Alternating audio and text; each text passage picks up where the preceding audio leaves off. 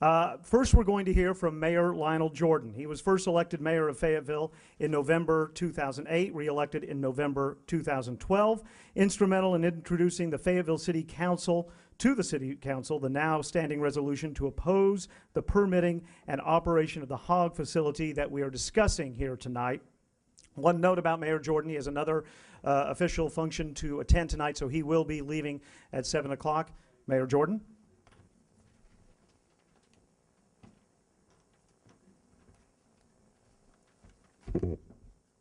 Good evening, everyone. Good evening. Good. I certainly want to thank for being invited to speak tonight.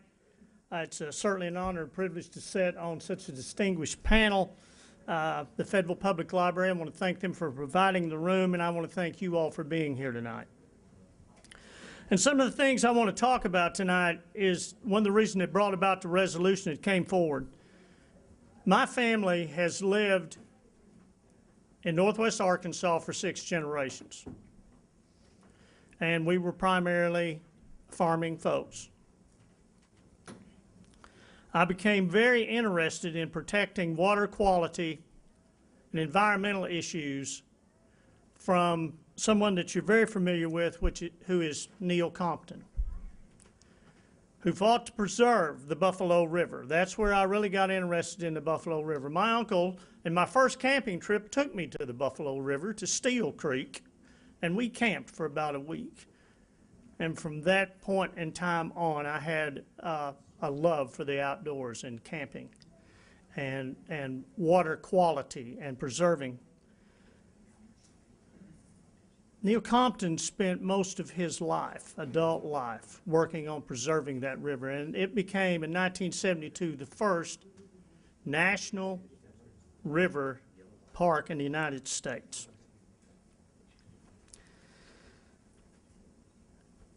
You know, in studying, in the last couple of years, I've studied hog farming, because it was brought up at the U.S. Conference of Mayors that I attended, and some of the mayors from North Carolina was very concerned about it.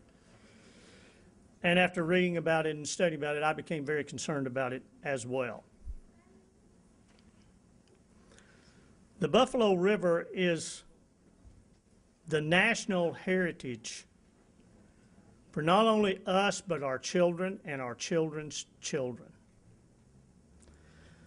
And I believe that we as citizens must defend, protect, and preserve the water quality of the Buffalo River.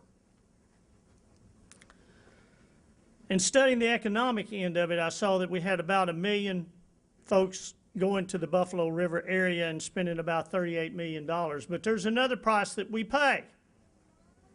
There's another cost involved, and that's the human cost.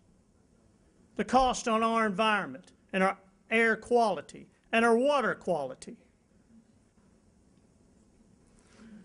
So when I saw that they were about to put a hog farm near the Buffalo River, I went to the city attorney and we began to draw up a resolution. Sarah Marsh, who's probably in this room somewhere tonight, said that she would sponsor that, and I certainly offered to co-sponsor that resolution. We took it to the city council and they passed it unanimously.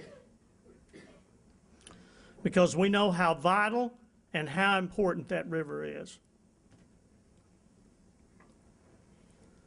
You know, I have said that we've lived here 6 generations, and I've been camping along that Buffalo River for 50 years. And the last thing I really want to do is to sit at my campsite and smell hog waste and see that river polluted.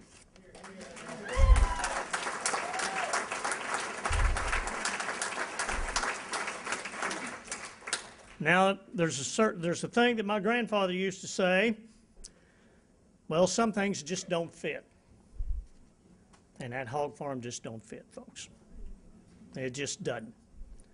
So we owe that river, as I've said, not only to ourselves, but to our children and our children's children. Let's save it, let's preserve it, let's protect it. Thank you.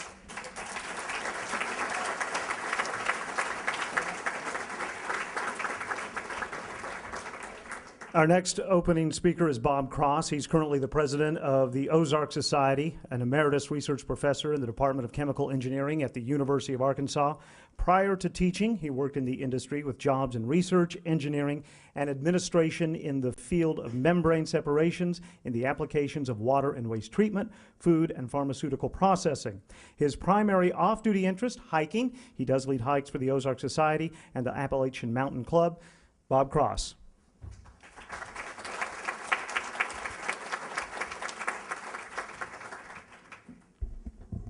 Thank you, Kyle. I'm going to read some of my talk. The reason for this, Tammy gave me some allotted time that I cannot exceed. She has a group of bouncers and ruffians that are apparently prepared to haul me off the podium here if I speak too long. I wanted to, a lot of Ozark Society people are writing letters and making phone calls about this situation. I'd like to introduce a couple of people if they're in the room. Dwayne Vochin, is he here? It's Dwayne. Okay, Dwayne's done a lot of work on this project. He prepared this fact sheet that I think many of you received when you came in. And did Alice Andrews arrive? There's Dwayne. Would you raise your hand? Okay. Did Alice arrive? Anyway, Alice is our past president and current conservation chair, and I don't believe she's here yet. Anyway, as Mayor Jordan alluded to part of this, the Ozark Society was founded 61 years ago this month and led the fight to prevent 2 dams from being built on the Buffalo with the help of other organizations and many individuals.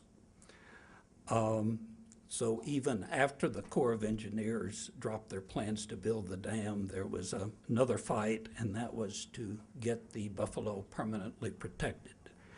And that happened in 1972 when through and get this, through a bipartisan effort by the Arkansas congressional delegation, Democrats and Republicans, this became the Buffalo National River administered by the National Park Service. The bill was signed by President Nixon in 1972. So last year we celebrated the 50th anniversary of the Ozark Society, the 40th anniversary of Buffalo National River, and the 100th birthday of our founder, Neil Compton. So, I'm sorry, but could you talk into the mic real quick?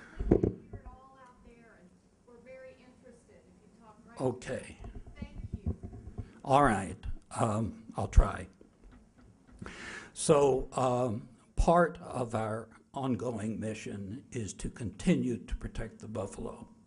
So over the years, through comments and actions, we have done what we could to prevent overuse of the river, to protect the wilderness areas, to build and maintain trails. And I see our chief trail builder and who's done a lot of other things for the Buffalo River sitting back there, Ken Smith.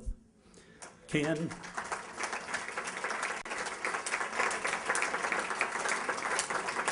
And to work with the Park Service on conservation projects.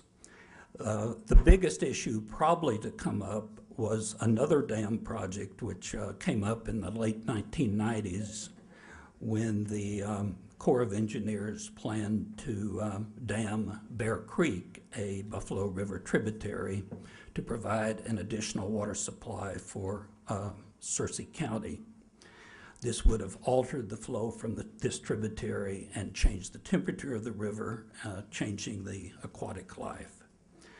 So but the Corps dropped this project after a lawsuit was filed by the Ozark Society along with the Sierra Club, the Arkansas Canoe Club, the Arkansas Wildlife Federation, and several national groups, including the National Parks Conservation Association.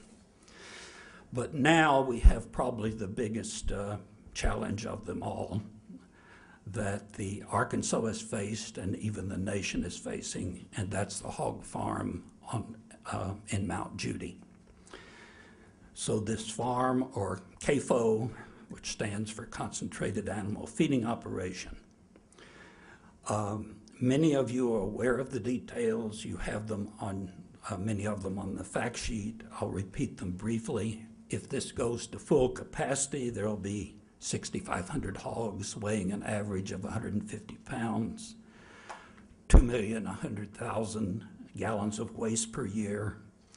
The waste will be spread on 17 fields, having a total acreage of 630 acres, 11 of which are right adjacent, right on Big Creek, a Buffalo River tributary. The Buffalo is 5.7 miles away. Before spreading, the waste is in 2 ponds, which it's flushed out of the barns into the ponds. These are clay-lined, and the engineering design even allows for, initially, for 6,000 gallons per day leakage through the bottom of the ponds, which even that, if it kept up for the year, would be more than the waste that's generated. The ponds are uphill from Big Creek, which is 2,100 feet away. These ponds are 3,600 feet west of Mount Judy, and there is no required odor prevention or suppression by the ADEQ permit. And the prevailing winds are toward the school, the school in Mount Judy. There are also 3 of the fields for spreading are right up against Mount Judy. One of them is probably a little over 1,000 feet from the school. So the farm is a huge problem, not only now, but because it opens the door for similar installations in the future. So in my opinion, the biggest threat and how the river could become impaired, and it was stated by a friend of mine at the university, a professor of geology, who is an expert in the geology in Newton County. And his statement was that of the possible locations for this farm in Arkansas, the one chosen is the absolute worst. And why? Because, which he did when he looked at the USGS geological map, the Mount Judy area, and you match this up with where the farm is and where the fields are, the rock layer, which the uppermost rock layer just below the soil, is Boone limestone, every bit of it. And Boone limestone, for if you're a geologist in the crowd, when exposed to water, forms karst. And karst is what has caused the 8,000 caves that are in the Ozarks, the numerous sinkholes, and is a fractured and porous surface. So if the leakage from the ponds, of the 2 million gallons that doesn't evaporate, that goes into the soil, even though it's partially treated by the plants, there will be a pathway to the wells, to the springs, to the groundwater, and to Big Creek, and then to the Buffalo. And of course, the stuff in this waste is not only nutrients like phosphorus and nitrogen, it's hormones, it's pathogens, it's cryptosporidium, it's heavy metals, things that are in the animal feed. So it's a mishmash of things we don't want in our buffalo. So what's the Ozark Society doing? On our Facebook page, we've had messages, why are you planning hikes when you should be preventing this farm from operating? And we're trying to work in 4 different areas. First of all, we're challenging the environmental assessment that the Farm Services Agency, which is the agency of the government, of the Department of Agriculture, that is guaranteeing the loan that the C&W hog farms received. The environmental assessment is seriously flawed, probably illegal. Kevin Cherie, the superintendent of the Buffalo National River, pointed out 45 things that were wrong with it. And we're probably going to court over that.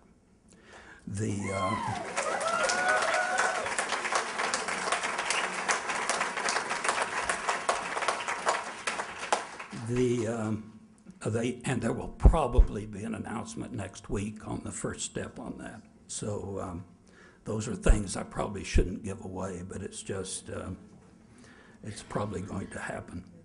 We're working with the Buffalo River Watershed Alliance, not directly. It's not a incorporated organization, but their members who live on the Buffalo would have standing in this situation. The Ozark Society has standing because we have members that hike and canoe and camp and on the river. We're working with other national organizations. You'd recognize the name if I could tell you. The only one I could mention is the National Parks Conservation Association, which we also worked with back in the Bear Creek Dam program. The other area we're trying to do something with is ADEQ, and that's difficult.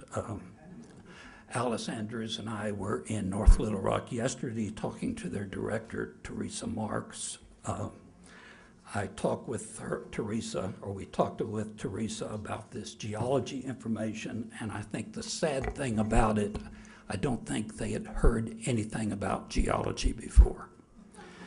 And I mean about geology relative to this farm. So, but they immediately launched into reasons why the geology made no difference. So, but in a way their hands are tied. The federal government has a general permit that as long as the farm meets the basic conditions for that, the state agency almost has to approve it. But it's, we're still continuing to look at whether there are openings there. We've tried to talk to Cargill. I've talked to a couple of their people, but generally they're not returning phone calls. And I understand they hate bad publicity, but they believe the Arkansas thing will blow over. But it's our job to be sure it doesn't blow over and gets...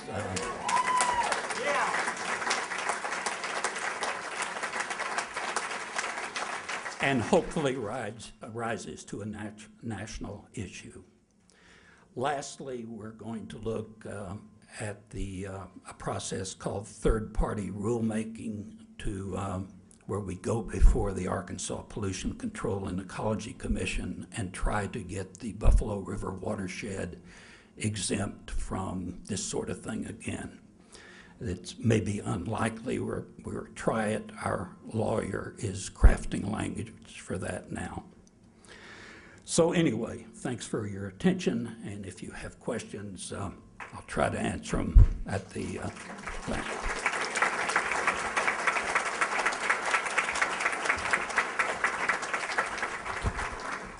We have one more speaker before we go to the question and answer period, and that is Terry Spence. Terry is a second-generation farmer in Northeast Missouri. He's been active in the factory farm issue since 1993, that's 20 years. As an independent consultant for the Socially Responsible Agricultural Project, he focuses on working with rural citizens and groups throughout the U.S. and Canada that are feeling an impact by the agricultural operations. He's also president of Citizens Legal Environmental Action Network, Clean and Family Farms for the Future, that's FFFF. He's a certified level 3 volunteer water quality monitor for a Missouri stream team. Terry?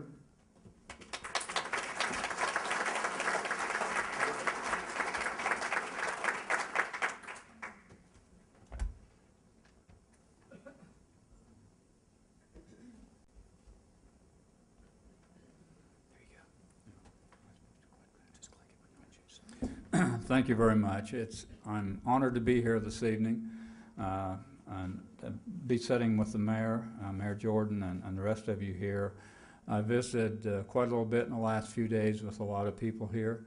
I'm here as a guest. I've gotten several calls from Arkansas to see if there's any way that I could come down and assist in any way. And most of my work with the Social Responsible Agriculture Project is in organizing, but from the look at this audience, there's not much organizing to do over this situation, but we're going to continue on. I am a family farmer in Missouri. I've got 400 acres, a beef cow-calf operation.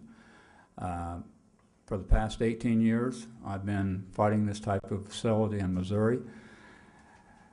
I'll just skip right onto it here, if I can find my, what do you tab here?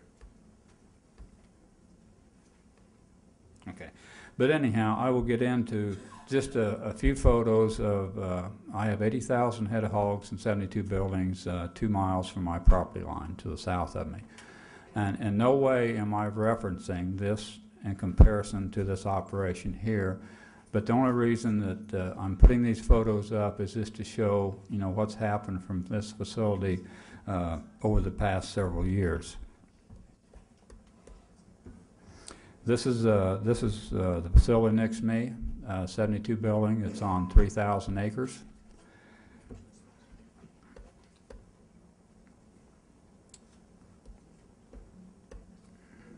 This is a satellite shot of the facility. My farm is up the very top, just past that lagoon there on the very top of the. I'm not having very good luck here getting this thing to go as I want it to. Just treat it with authority. Oh, push on. Okay. Like your Tammy Graham. Now I know that, you know, through the ADEQ here and all through the permitting process, you know, they're probably saying, you know, this is a no discharge facility, which, you know, there shouldn't be any problems.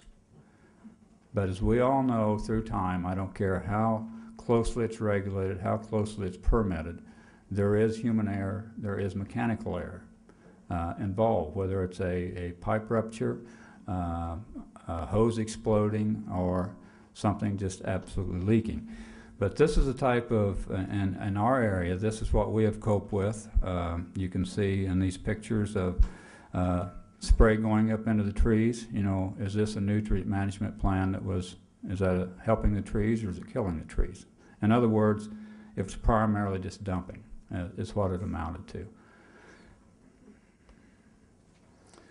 This is other types of application. I don't know how this is going to be applied down here from this facility, whether it's going to be tanker trucks hauling or how it's going to be applied. But the end results of all of this, these are pictures taken in 2008 by the facility next to me. They're kind of crowded pictures, but if you see the stuff that looks with foam on it and looks like tea, that is from over application that's heading down the tributaries from lands that was over applied on. And in Missouri, we got pretty good soil. I mean, we got deep clay down underneath, but we have topsoil. So you consider, you know, if there's over applications in this karst of an area with very little topsoil on it, it's for sure going to end up going down through the bedrock and right down to the streams. And this is the results. Back in, I believe it was 1996, we had 11 miles of a made tributary that killed everything, just because of over-application or a spill or a human error or a mechanical error. This is what we see on a routine basis. Is there's 80,000 head of hogs that usually there's 3 semi-loads a week from this facility of dead hogs.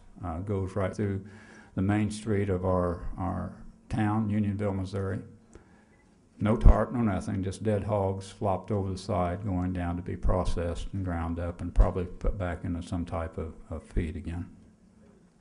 The hogs that this guy where these hogs was in a ditch, he got corrected, but this wasn't from this facility, it was from a contract operation that we found out was just putting them in. So, you know, and again, I'm not saying that this is how this operation is going to operate, but Our biggest issue, I've been in litigation for 17 years, all the way through the county, the State Court of Appeals, through a Federal Clean Water Act, Clean Air Act suit with this company, and we have made a lot of adjustments in their applications and how they handle their waste, and created a few new technologies, but what remains is what you see in this picture here. We still have the issue of high compounds of odor and flies. That is humongous. We have people who live within a half a mile of these facilities, and we're very concerned about their health in the years to come. In reality, this really boils down to about this type of operations boils back to like in the coal mining days. The coal miners worked in the mine, never thought nothing about it until about 40 years later, and then here we start developing lung problems and this and that, and I really foresee this happening in the future. I've been on the advisory board, was on for 4 years at Center for a Livable Future at Johns Hopkins, and they do terrific research, and I think you can go in and look at any of the research on whether it's poultry farms or hog farms, and you can find out peer-reviewed studies that is not bought and paid for like some land-grant universities' research is. It's solid. And I think really the end result when you're discussing this, on the benefits to local communities such as yours here or in Missouri or any other state is, in 2006, the Attorney General of North Dakota had 56 studies analyzed that's over the last 5 decades of how all this relates to a community's well-being. And through those 56 studies, 32 were detrimental, 14 had some detrimental effects. Examining the consequences of industrial farming on rural communities were evaluated. 82% of those studies found adverse impacts or indicators of community well-being. That is a lot of studies over 5 decades, and that's not including the most recent from 2006. But I think the main aspect is from my region, I've been in a lot of states on a lot of these issues, on these type of confinements, whether it's poultry or whatever, trying to work with communities and stuff, but not one single community where CAFOs present a significant segment of the local economy is looked upon today as a model of success or prosperity for the locality for those that reside within that area. So you can read the rest of that. That's just kind of a wrap-up that I throw together. But I am so proud to be here this evening because I've been through this many times in my area with community and members and the pros and the cons and all this and that. But the reality is this is going to split and divide your community forever. And that is the sad part, whether this goes away or whether it stays. It has already had a major effect on this community. And all I can say is shame on you, Cargill.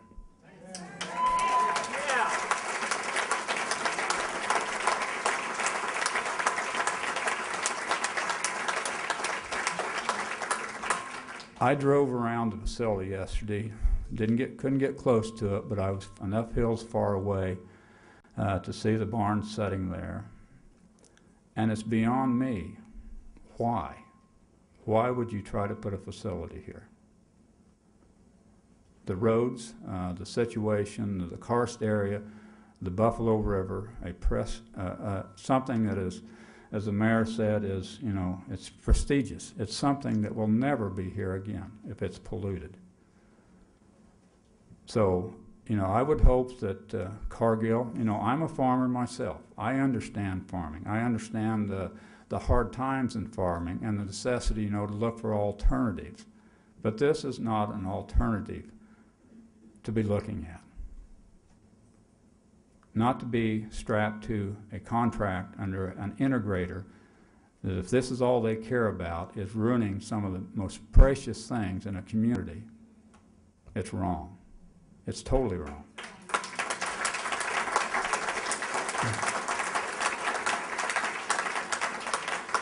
So I don't want to take up a whole lot of time. As I said, I'm an outsider. I'm a guest here.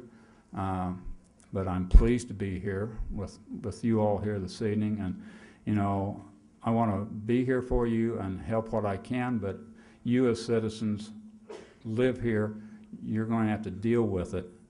And you're doing the best thing you can with all the least notification that you received on this. It's after the fact. But pressure has got to go on. And I think, as been stated earlier, this isn't going to end now, probably next month. This may go on 5 years. So Cargill, just as well get ramped up, because this is far from over. Far from over. Thank you.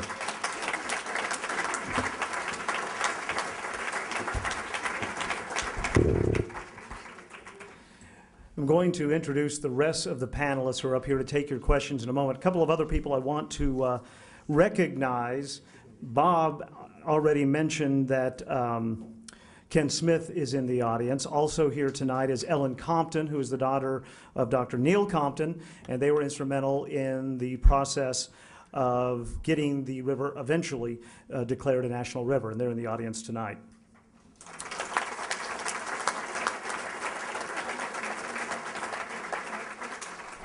All right, I'm going to introduce the panelists that have not already been introduced, and I'm going to go from left toward me. So we'll start all the way down there at the piano, and there are several different areas of expertise of people who can answer your questions. On the farthest left is Paul Lowry. He has a master's in geology from the University of Arkansas. He's been teaching at Northwest Arkansas Community College since 1996. His classes include physical geology, environmental biology, environmental management, and introduction to geographic information systems. He's explored from top to bottom most of the hollows of the upper Buffalo from Dixon Ford to Boxley and several downstream. Next to him is Sonia Hausman. She is Dr. Sonia Hausman, an environmental scientist specializing in the study of long-term water quality changes inferred from algae deposits in lake sediments.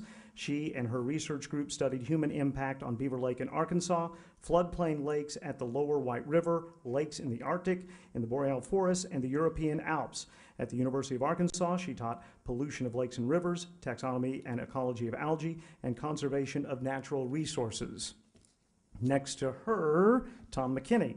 He's been active with the Arkansas Sierra Club since 1975, specializes in the protection of Arkansas forests and streams. The current efforts of the Arkansas Sierra Club are directed towards stopping the conversion of the Ozark and Ouachita National Forests from a moist upland hardwood and mixed pine forest to a dry oak savanna as a result of extensive logging and burning. They are also working on designated additional wild and scenic streams in the state, as well as setting Lee Creek aside as a better protected waterway. Oh, Greg's over there, okay. Skipping over, Mr. Spence, who we just heard from, is Debbie Doss, Chair of the Arkansas Conservation Coalition, Environmental Caucus Chair of the Arkansas Citizens First Congress, Conservation Chair of the Arkansas Canoe Club, and a lifetime member of the Canoe Club and the Ozark Society. In 2006, she received the Arkansas Citizens First Congress Environmental Leadership Award and the Arkansas Watershed Advisory Group Clean Water Stronger Communities Award for her role in preserving Lee Creek. Next to her is Joe Neal. You'd think I'd have this memorized, Joe. Joe is a retired wildlife biologist with the USDA Forest Service in the Ouachita National Forest, currently visiting scholar in the Department of Biology Sciences at the University of Arkansas in Fayetteville, co-author of Arkansas Birds, published by the University Press. For over 2 decades, he's run a breeding bird survey for the U.S. Fish and Wildlife Service in the upper section of the Buffalo National River. And to my right, over here, raise your hand, Greg, is Greg Leding, a Democratic leader in the Arkansas House of Representatives.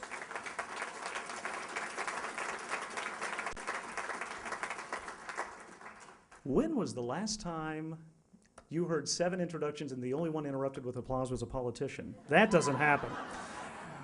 Greg serves on several legislative committees, including the House Committee on Agriculture, Forestry, and Economic Development. He introduced Bill HB 2252. Once signed into law, the measure will put in place stronger public notification requirements for future concentrated animal feeding operations. Those are our panelists. Hi, I'm David Wright. I'm from Fayetteville, Arkansas. From what I hear, there's already hogs going to Mount Judy and already there. I hear people say that this process was not legal or that it was legal but unethical. Is there any legal standing that we have to verify these statements and to verify this process? Greg, that might be to you, legislator. You're welcome. Thanks everybody for being here, and thank you for the applause. It's my understanding that the farm went through its last inspection on April 11th, and I'm sure there's somebody here who can maybe correct me if I'm wrong, and that hogs did begin arriving that week after. So there should be hogs already on the farm. To my knowledge, they went through the process as it existed without any kind of shadowy business. I think that the problem lied with the permitting process and not anything that the farm did. So as to legal standing, I'm not an attorney. Maybe there's someone here who can provide a better answer there. But again, the farm followed the process as it was. That's one thing we got to fix going forward, is we got to make the notification process stronger. Anyone else on the panel going to weigh in on that? Okay. We'll go to the other side of the room. Barbara, you've got someone? For anybody on the panel, I would like to hear what you think the most effective talking points in letters to the editor to embarrass Cargill most effectively. The handout that the Ozark Society put out is probably your best guide on how to address the issue. And I do not know if Cargill can be embarrassed enough to where they will change their mind. I certainly hope that they would be. Noting what a national treasure this is, noting the amount of money that it brings into the area, noting the history of the river, how many people go and visit it per year, is probably one of the better ways to address this. And not just to Cargill. You need to particularly send it out to our elected representatives. We have discovered over the years that as good as public comment has on issues, a lot of organizations by law have to solicit public comment, but they don't have to pay attention to it as long as they meet the requirements for solicitation, that's it. And the intervention of the courts or federal congressmen or senators has more times than not actually pushed an issue towards our way. So I hope that will partially answer your question anyway. Thank you. Any other panelists want to go in on that? Okay. This side of the room, Janie?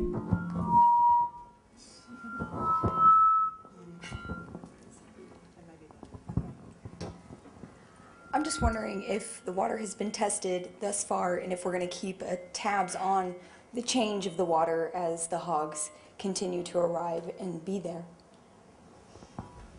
Dr. Hausman? Sorry. Okay, yeah, thank you for the question. So I'd like to address that question because water quality and ecological impact is my research field. And to my knowledge, the water quality testing does not include biological assessment, and that could be easily be done that you look at the microinvertebrates and the algae that grow in the lake, and they probably respond first on that because the manure is a fertilizer for plants, and so you would see that in the changing of the community composition of the algae, and algae are very good indicators for nutrients, and then you can even reconstruct how much phosphorus is in the water. And the advantage of biological organisms is that they integrate over time. You know, when you go there and take a spot sample, you might just miss the peak. It's different when they put in a monitoring station that you have continuously conductivity measurements. But to my knowledge, it's still open what they will do. Any other comments from the panel? Bob?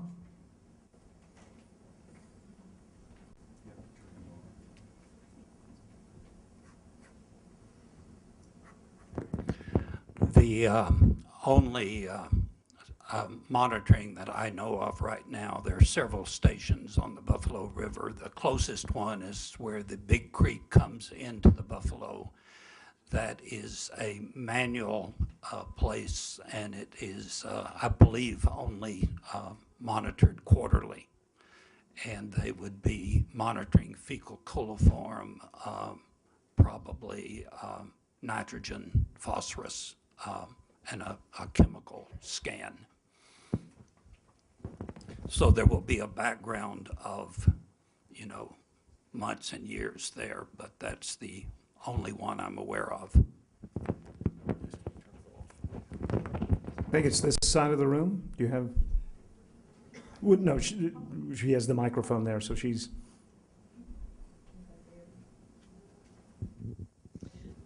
I'd like to ask the gentleman from Missouri, is there any history of operations like this being stopped once they've already gone as far as this one has gone? And also, I don't know if there's going to be an announcement of the meeting at ADEQ next Wednesday, 6 o'clock in Jasper. I guess our chance to say something back. To my knowledge, Electric. in Missouri, I'm not certain of any operations being closed after they progress this far. I know I was a integral part of, in Illinois, there was a large dairy from California that had come in and purchased land, constructed the buildings, had pretty much well in operation, but after being forced to do a karst dye study, they ended up tearing the buildings down and moved everything out. The land is still standing. Just a brief question. Given the late hour and the fact that the farm is so far along, has anybody considered organizing a direct boycott of Cargill and with social media pushing it nationally? Is there anyone on the panel who will respond to that? Yay, nay, no of one? That may be your answer. No one here. All right. Janie, this side of the room? Can I say something about that boycott thing? Those of us sometimes who are interested in doing such a thing, it's hard for us to know where their fingers are, a big corporation like that. You know, am I buying Cargill? Am I not? Am I buying a subsidiary of Cargill? It's really difficult to tell. It'd be nice if someone came out with that type of fact sheet. If it already exists, then I apologize for being ignorant of it. Thank you, Paul. Okay, Jane? I would like to add Dr. something Hausman? here. So, I mean, it's important to follow up where that pork really ends. I mean, is it we that eat that pork, or does the pork get exported in other countries where environmental laws are less strict? And what we are transporting in form of meat is actually water, right to water, the water that's needed to feed the cattle and so. And this is an issue of international level and not just the U.S. or Arkansas issue. So, but so the boycott needs to be more international, not just on a state level. All right. Okay. What have other states with animal waste issues done to rid themselves of this problem? What have other states done in this situation? Looks like. I can only, am I on? I can only speak for Missouri. I mean, we've had a challenge for many years. We still retain our local control in Missouri to where county commissions and also county health departments has the authority under the Missouri statutes to not regulate these, but develop ordinances, you know, that will make them comply. We've been under attack for the past probably 10 or 12 years by industry to try to take away local control so they have free reign. At present, we probably still have anywhere from 15 to 18 counties that has a health ordinance that's either implemented by the county or by the health department in our state. And you know, this doesn't block a CAFO from coming in. All it does is set standards that they have to get. They do have to place a bonding. They have to comply and get a permit from county health department or county commission to build this.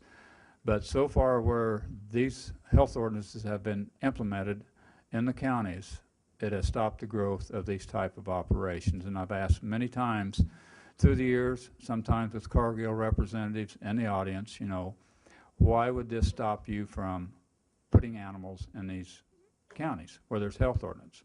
You know, and the only logical explanation is if there's a problem develops because of public health, who owns the animals? The farmer is reliable for all the waste, all the expenses, but who owns the animals that produce that? You know, and whether that would go to court, what the ruling would be, I don't know, but you know, there's some type of a fear there that, you know, we will not go in where there's health ordinance. But so far, many of the states have lost their local control, and it's been attacked just like the other ag-gag bills that you're seeing in every state, trying to limit down any control on water quality, on anything, you know, to help industry gain a bigger fisthold in the rural areas. So, you know, that's all I can tell you. There's different things in different states, but in Missouri, that's what we've held on to as county health ordinances that they can do under the statute of the state of Missouri. Bob, did you want to say something? As I understand it, and my daughter's in North Carolina has had such problems that they now have a moratorium on any CAFO that's larger than 250 hogs. I've got Tom? Yes, sir. There is a set pattern. The gentleman asked if other states had to deal with these issues, and if they did, how. It is a distinct pattern that these large corporations that set up these CAFOs basically shop from state to state. They will find the state with some of the weakest regulations. They will go in and inundate the area with that kind of operation until conditions get so bad that the citizens basically revolt and force the state to address it adequately or not, enough to the point to where the CAFO operators don't see it as lucrative as it used to be. And then they will go on and look for another state. I don't think it is a coincidence that since the permitting regulations in the state of Arkansas have been, in my opinion, weakened. In other words, there is a general permit application that these corporations can apply for rather than individual site studies. And I'm very generalizing and simplifying, but the permitting requirements for the state have been weakened, and I don't think it is a coincidence that all of a sudden, in the middle of nowhere, we're finding this huge operation. It was a path of least resistance, and I think it's, for Cargill, I think it's them trying to get a foot in the door, and if they can get this one in and keep it, then they'll, you know, really go after other areas. Anyone else on the panel? Okay. Which side of the room? It's this side of the room. You've got it, okay?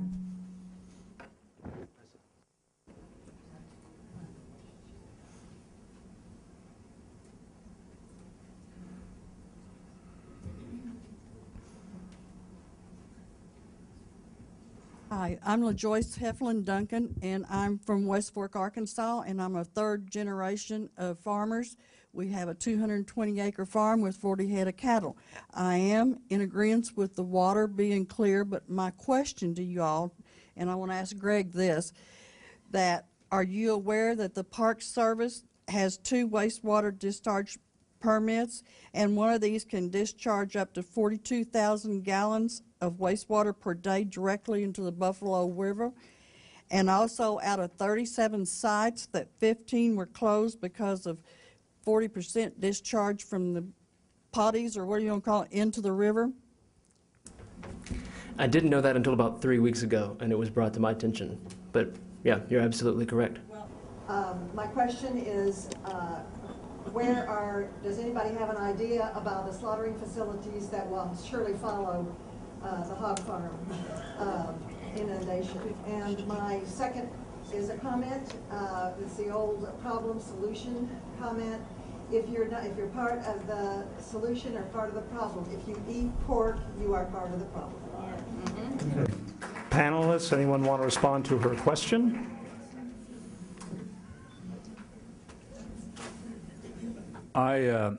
That was what was going through my mind yesterday when I toured over around Mount Judy, and seeing the facility there that's what really concerned me. I know this is a sow facility.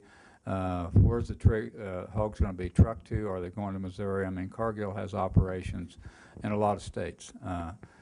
And whether they're going to truck them out or whether there's more proposed for this area, to put up buildings to feeding floors to feed these animals out to a closer processing facility, maybe that's existing or maybe in the proposals in the future. But it's been my sense that every time in every community that I've been associated with in a lot of different states, when this happens, they usually try to put it in the most sensitive area they can to begin with. Whether it's next to a school, whether it's next to a community, and once they get that, it's free reign. Then they can do anything they want to within the state. But you know, also with this facility, it appeared to me from a far distance, there's ample ground there that's been cleared and stuff. I don't know whether it's 2 or 3 buildings. I couldn't tell from the distance. But you know, once this is also done, there's also the opportunity for a modification to the facility to increase. So, you know, it's all ifs. Nobody knows, but I share your concern on how the feed trucks is getting in and out of that type of area. Is it cost effective for Cargill for just that one facility to haul hogs in, haul feed in? Is it economical? You know, there's a lot of questions here. I don't understand it myself. Dr. Hausman? Yeah, I would like to comment on when you eat pork, you're part of the problem. So I don't really agree with that, because you can raise hogs in a different way than it's done like this. There's a lot of room for improvement. For example, they could separate the solid and the liquid waste from the beginning. They could chemically precipitate out the phosphorus and then sell it as a solid fertilizer. Phosphorus is a non-renewable resource. We need it for agriculture. So and there should be, I mean, it should be possible to have a closed system where we don't lose the phosphorus. You know, if they would produce the feed close to the farm, well, they already would have the manure, the fertilizer there. They don't have to use all the streets with the trucks. And in Europe, for example, the environmental laws are much stricter. The CAFOs have to be much smaller. And so, and I think there should be a way to eat pork and be sustainable. You have the hogs living on one level, they basically crap through a grate, it goes to a lower level, and then they flush it out, just like a toilet. And they're increasing the volume of the waste 900%, not just 9 times, but 900%. You might go from 10 pounds of waste up to 100 pounds just because of the volume of the water and then the associated volume increase. And that is all due to their wanting to grow as many of these animals, any animal, you know, that they can in a confined space. So just by the way they are raising the hogs, they are exponentially increasing the volume of waste that it generates. All right. Anybody else on the panel? Next question. Back there. It sounds like from what you're saying that in addition to being concerned about pollution of the buffalo, this hog farm is going to use a tremendous amount of water. And I'm just wondering where that comes from, because it's almost like putting a much larger town there than, what's the infrastructure for that? Question, where will the water come from? Anyone?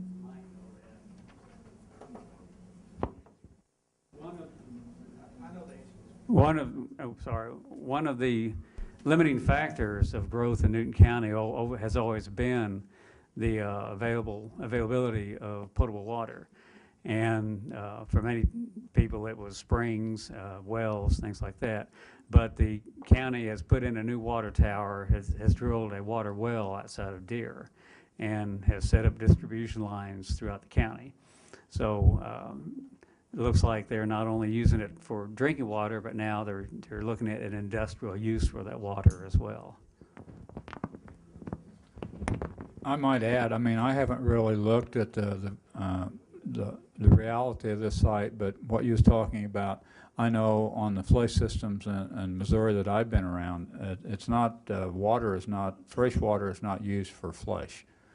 It's a urine and coming back off the surface of the lagoon, recycling into a flesh system that takes the waste down. Now, it might be different here. I haven't looked at how this is done, but usually a flesh system is recirculating the water off the top of the lagoon back for flesh and fleshing it down. So, you know, the water that would be used is normally just whatever is consumed by the animals in the facility. Okay. As far as shining a light on Cargill that they don't want being shined on them, why don't we get somebody to call President Clinton and have him call 60 Minutes?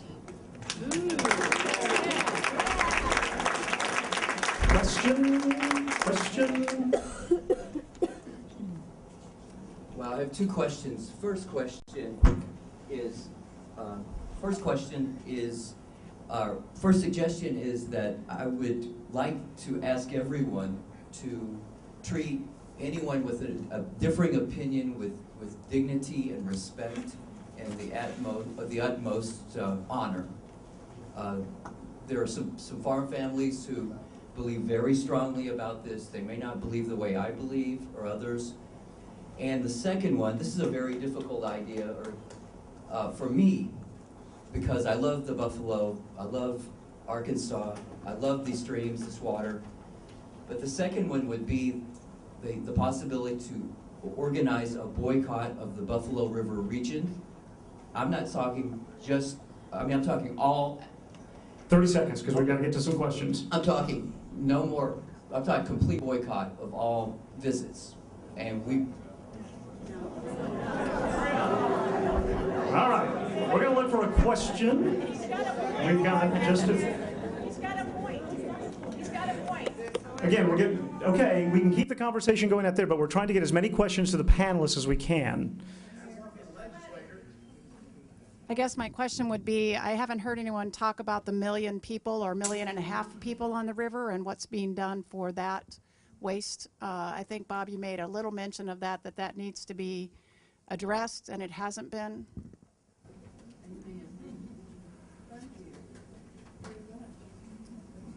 Anyone? Debbie Doss?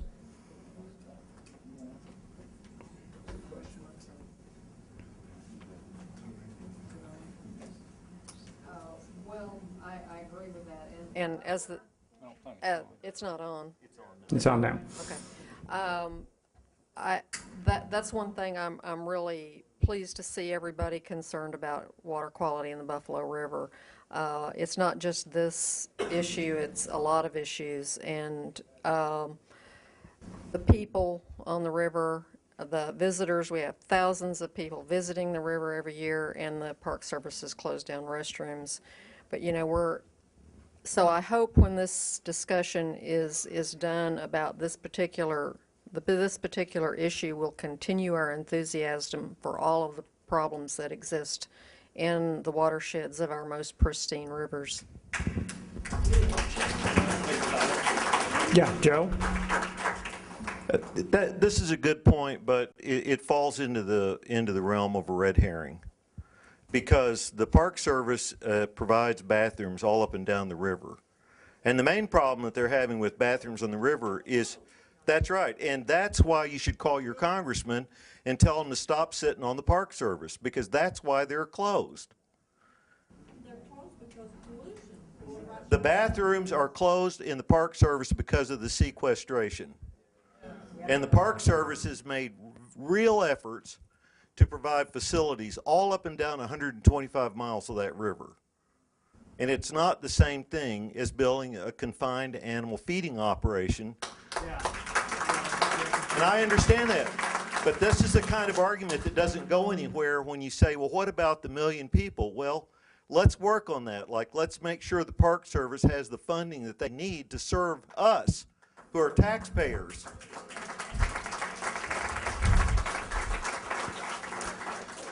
What side of the room?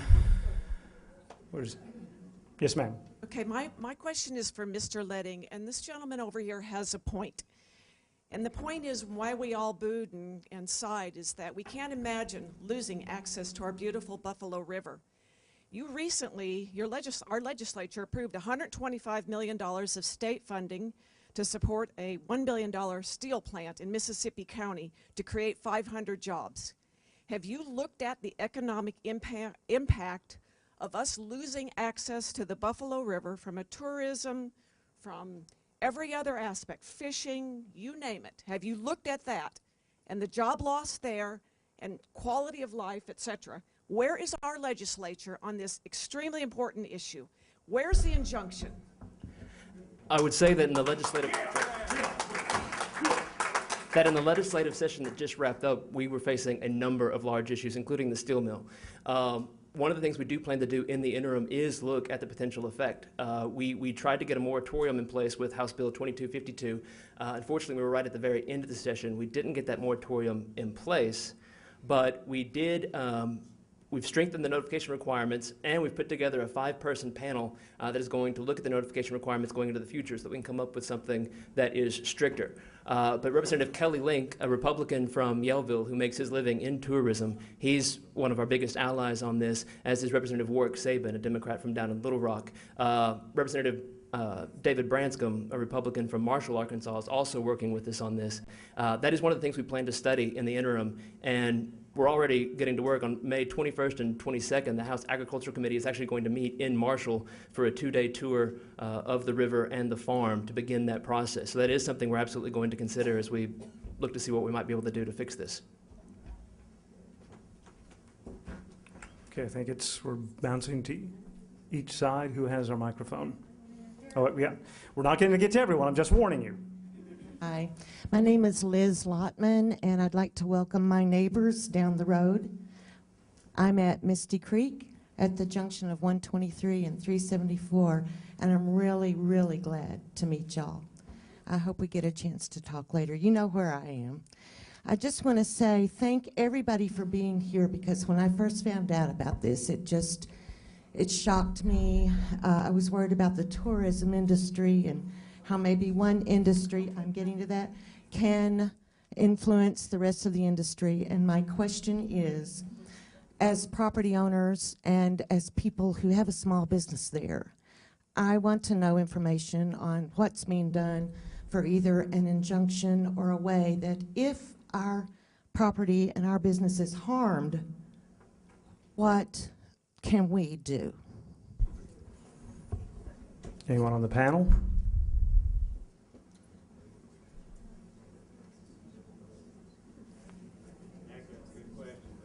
All right. Let's see, where's our traveling microphone? Oh, it's right there.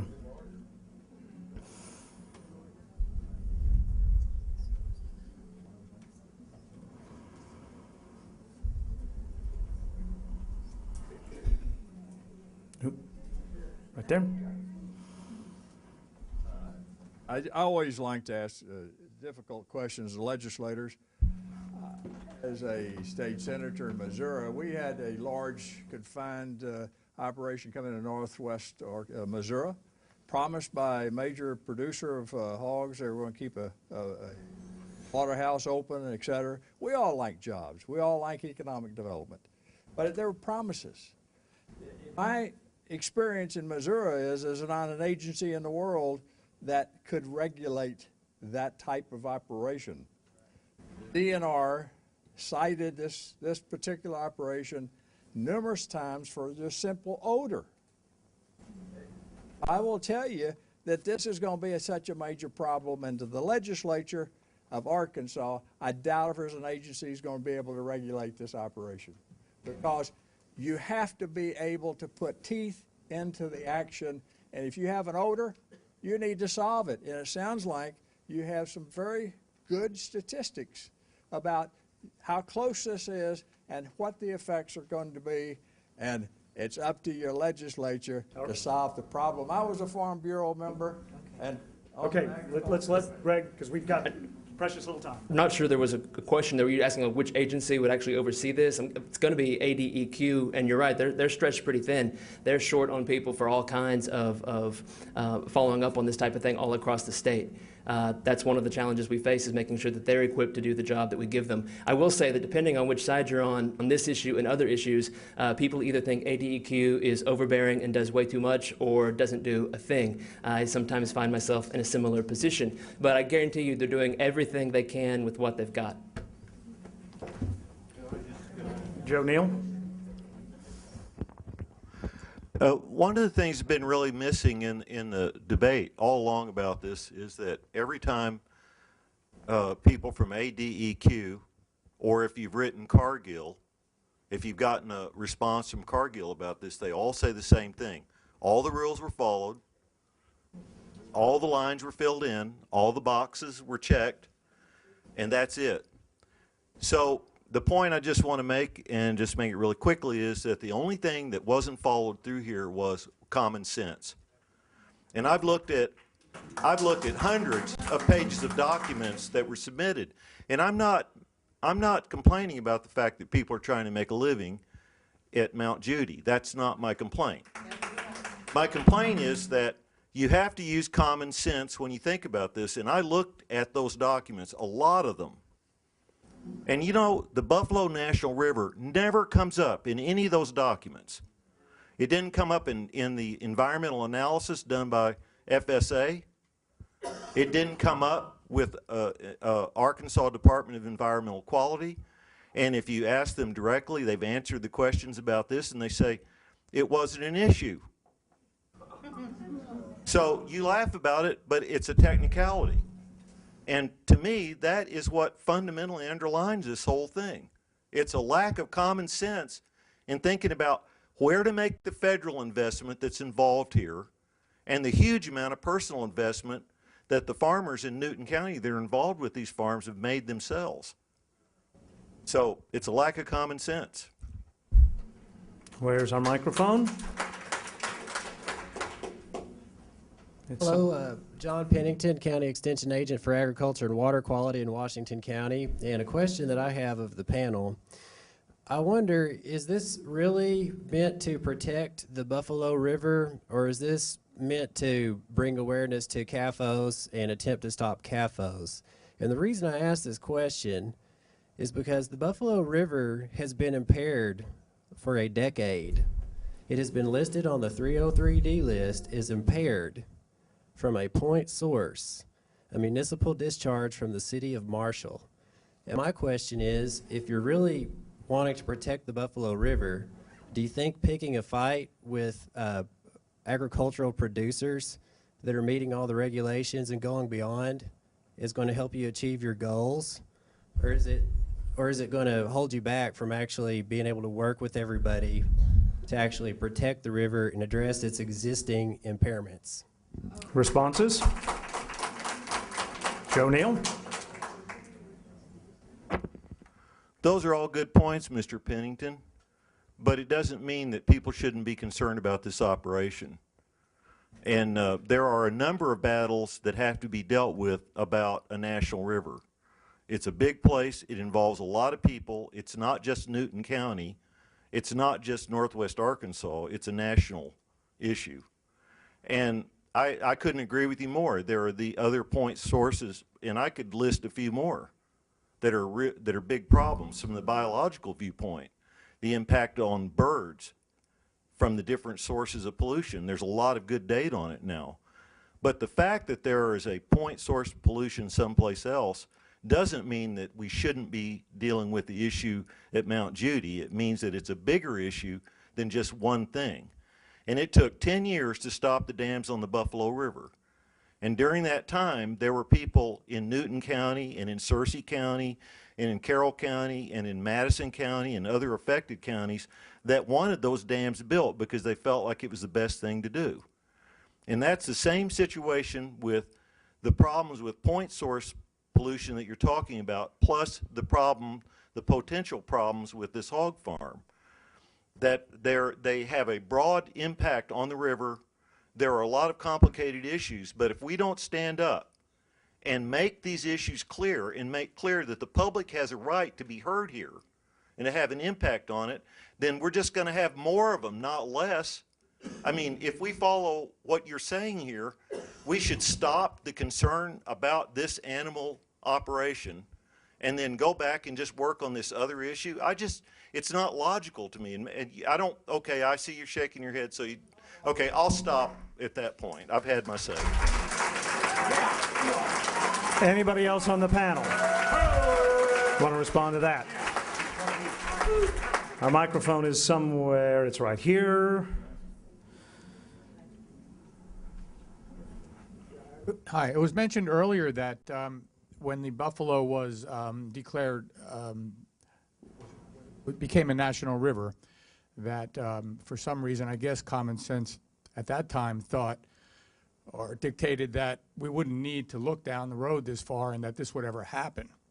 But I'm just curious as to why, this might be a moot question at this point, but why weren't certain things put in place at that time so these types of things couldn't occur later on?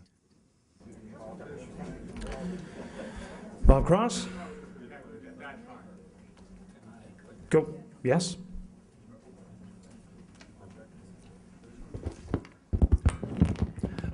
There were safeguards put in the Enabling Act, and one of them was used in this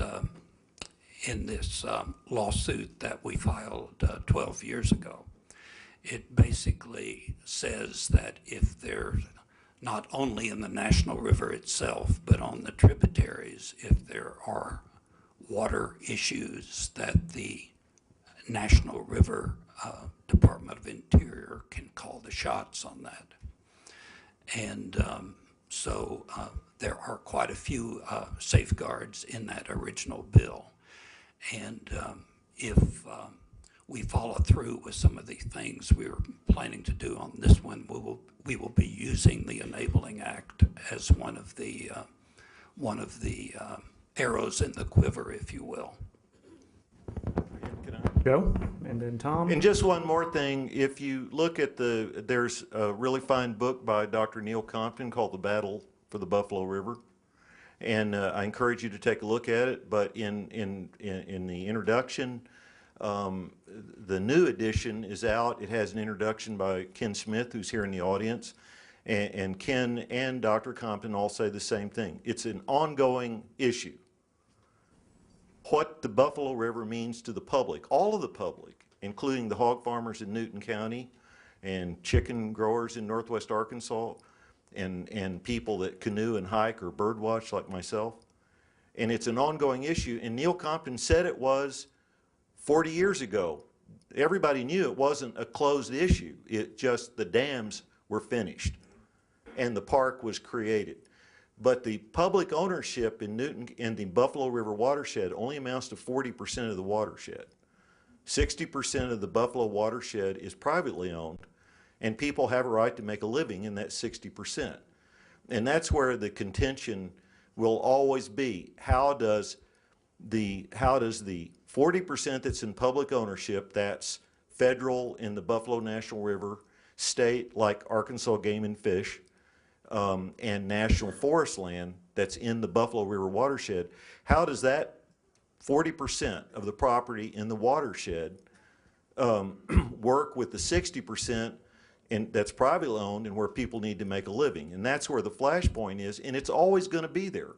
It's not going to end. If that hog farm shut down tomorrow, this issue, will not go away because people need to make a living, and we have to find a way to balance the fact that it's a national river, that it's an important biological reserve, which we haven't covered tonight at all and don't have time to. And it has to be balanced with the fact that there are local people there and throughout the watershed who've got to be able to make a living, and we have to make sure that we support that right. But that doesn't mean we have to support every single activity. All right. Tom, then Dr. Hausman. Also, to kind of touch on a point that Joe brought up earlier, there was supposed to be a process in place where we should not have even reached this point, because the citizens are supposed to be given notice of any activity that has a detrimental environmental impact on the waters of the United States. The agency who put together the EA, the environmental assessment, were either dishonest or so totally incompetent that they didn't look a few miles down Big Creek and see that there's a national river down there, and the water flows downhill, and so does stuff that floats in the water. And they even listed the Buffalo National River as a participating agency, and that was really news to the Buffalo National River director, because he had, this came out of the blue on him. So if the process had been followed properly, and if everybody here who usually gets notice of these matters through the Buffalo National River or the Soil Conservation Service, then this process would have begun a long time ago before any of these permits had been put forth, any money had been designated, any commitments had been made. And so the process, it did not work, and it's hurt everybody, not just the users of the buffalo and not just the folks who are have the hog farm there now. And I think that was a really, really important point that was not addressed in this whole process.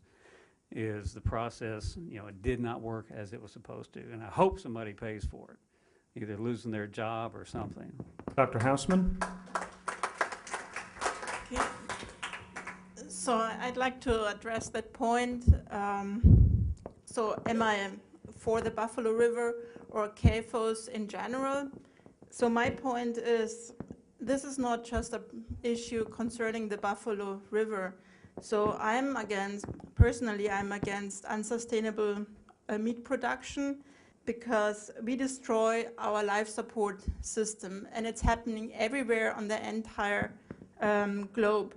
And that runoff phosphorus, it doesn't get assimilated in the stream, it just goes down to the wetland at the Lower White River, and the lakes there are around 400 natural lakes at the Lower White River, cut off meanders, and these lakes, they show a eutrophication. That means excess production or overproduction of algae because of too many nutrients since the mid-90s. And this wetland is a wetland of international importance according to the Convention of Ramsar, and the wetlands all over the globe show signs of water pollution, too much nutrients. And this November will be a meeting, international wetland meeting, addressing that. And so my point is that we have to look over the rim of the plate. It's not just the issue of the Buffalo River, it's an international issue. So we have population growth, and everybody wants to have a higher standard of living, and we need to apply common sense how we achieve that. And we have the technology to do that. We just need to do that. All right, one last question. This is the last one. We've got to be out of the building. This is a question for Greg. At this point, what can we do to try to influence our legislature to, personally, I don't think CAFOs have a place in Arkansas. I don't think we want to end up like the other states that have run them out after they've been polluted. What can we do to pressure our representatives to look at this very closely and do something about it? I would call them, write them, nag them constantly. Unfortunately, it is a little too late to do much in terms of the legislative session because we wrapped up. And while that's unfortunate for this issue, I think most of us would agree that it's a good thing we shut that down and got out of town last week. But like I said, we're going to be studying this actively throughout the interim, and this isn't going to just be like these 2 meetings that I mentioned on May 21st and 22nd are not going to be the only 2. Those are just the first 2. There are going to be meetings throughout the interim. You can go. Does everybody know how to where the legislative calendar is accessible online? It's got to be the worst URL out there on the internet, but it's arcleg.state.ar.us. I don't even remember it. It's ridiculous, but you can Google. Okay, that's correct. You can Google it, and so you'll be able to see all of the meetings. I post a lot of stuff to my accounts and my mailing list, letting people know when we're talking about this. But also, if you don't know who your representatives are, and sometimes when we get up here and the districts are smaller, it's a little bit harder to keep track. You can go to arkansashouse.org, and there's a little feature on there that'll help you find your representative. The Senate makes it a little more difficult to figure out who they represent for all kinds of reasons. But so just figure out who your representatives are, call them, email them, write them. Handwritten letters or typed letters are a lot more effective than email. There are some legislators that don't ever check their email. But so phone calls and letters are the most effective ways. I'd like to thank the panelists for being here tonight. I'd like to thank you as well. Special thanks to the Fayetteville Public Library that makes this room available for things like this, for things like Theater Squared. It's a great resource. We appreciate the Fayetteville Public Library very much. Still some closing comments. Hang on. I'm not the last thing up here. I do want to say, I know there were questions that didn't get asked. There were conversations that could be happening. We will have to exit the library because they do have to close. Plenty of public space out here if you want to have conversations, civil conversations, and questions. Thank you for your attention, and I believe we have closing comments from Tammy Graham. Thank you.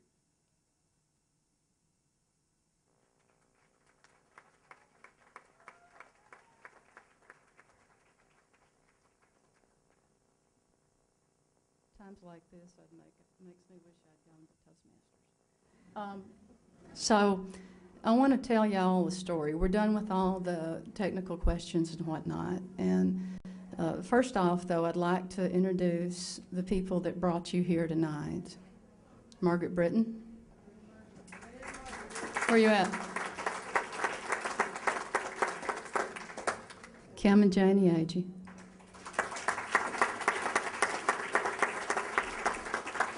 You know I'm looking at you.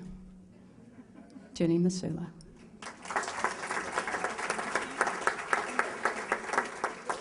Get up here.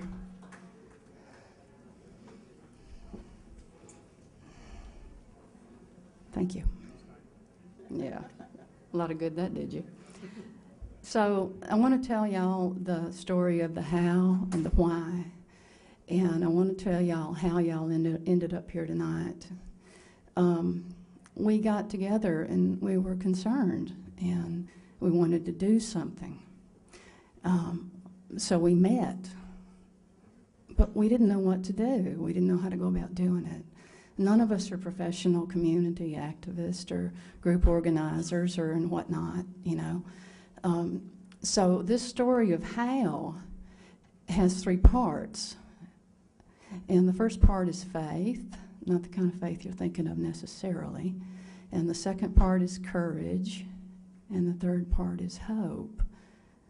So we got together and we started talking, and we didn't know anything about doing any of this. Well, so we said, well, let's call down to Ponca, and maybe somebody at one of the liveries down there can tell us what's going on. So I picked up the phone and I called. And I didn't talk to the owner. I talked to a young woman named Morgan. Where's Rhea? Raya? Get up here, I'm sorry. She doesn't live in Washington County, so I kind of forget. Anyway, so Morgan says, and so I explained to Morgan, I said, now, they won't know who I am, but they will know. Just say I'm the person that when I get done camping, because most of the time I camp by myself, I'm the one that brings the milk by to the cat named Simba. And Morgan said, okay, but the owner's not here right now. You need to speak to this woman. So later on she called me. This is the reason why Terry is here. It wasn't planned. It just fell into place. All right? About that time, we was looking for, well, who else can we get on the panel? I mean, we have no, I don't feel like I have any credibility, but I happen to be a member of the Arkansas Canoe Club, and I don't even know Deb Doss, but I called Deb Doss and I said, would you please come? And Deb said she would. So Deb is here. And so we got Terry and we got Deb. About that time, the city of Fayetteville came across with their resolution, and Kim happened to know Lionel Jordan, and then Kim called Lionel, and Lionel showed up. And it goes on and it goes on. And every night for the last over a month, we would go to bed not knowing, would that missing piece show up the next day? And that missing piece showed up the next day, every day. And that's what I'm talking about when I talk about faith. So if y'all leave out of here and y'all want to do something like this on your own, I strongly advocate that you have faith that things are going to work out. Now, the second part of that is courage. Us five, some of us have kindly stepped out of our comfort zone, and others of us have jumped off the cliff. And it's been a trip. If you elect, go on to do something like this, and I hope and pray you do, be prepared to be afraid and draw upon the courage that you have, that you already have. The third component is hope, and if y'all didn't have hope that you could make a difference, you would not be here. You wouldn't be here. This is a challenge, and everybody sitting here, I would bet, has had a challenge in their life. Sometimes the only thing that gets you up out of the bed in the morning is hope. Is this a done deal? I don't think so. And my hope it is not a done deal. And my hope is that y'all showing up here tonight will make a difference. It already has. And my hope is that we can change how the laws are written and we can tighten things up so that these extraordinary watersheds are protected. So wherever your home is, please carry back with you faith and courage and hope. And that's how you got here. And the second thing is the why. It's very simple. I want to introduce you to Penelope. Penelope?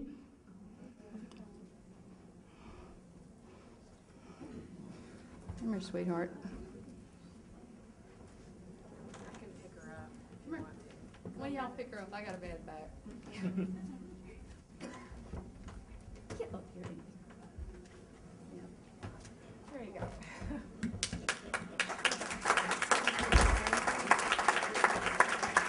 Okay. April the 28th of this year, I turned 53. I've already grown up in creeks and pastures and woods and whatnot, and I've had that privilege and that joy. This is why you're here. All right? This is why you're here, and do not forget that, because she deserves the same thing that every one of us got the opportunity to grow up in. She deserves a place where she can go and she can get outside and she can swim and she can wander in the woods and she can feel safe and she can feel the same thing that most of us grew up feeling.